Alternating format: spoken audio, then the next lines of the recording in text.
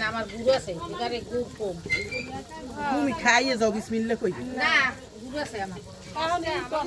আমার কেমন জানি যাইতেও মন চায় লই যা আমার এই মাংসটা উঠে কেউ যদি এই জলদি খাই খাও বাবা হ্যাঁ এটা সবাই খেতে রান্নার বউ খায় দেখছো খায় ও এবারে লইলাম না দিছি আমি একটু খাই একখান করে দিই খাওয়ারও পরে ওই যে ই হয়েছে কালকে রাত্রে তাই গ্যাস হচ্ছে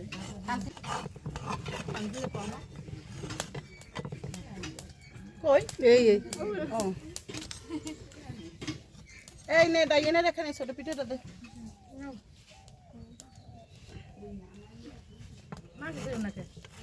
না বুঝলা কি গো মাংস আমার তো ই নাই তুমি নাও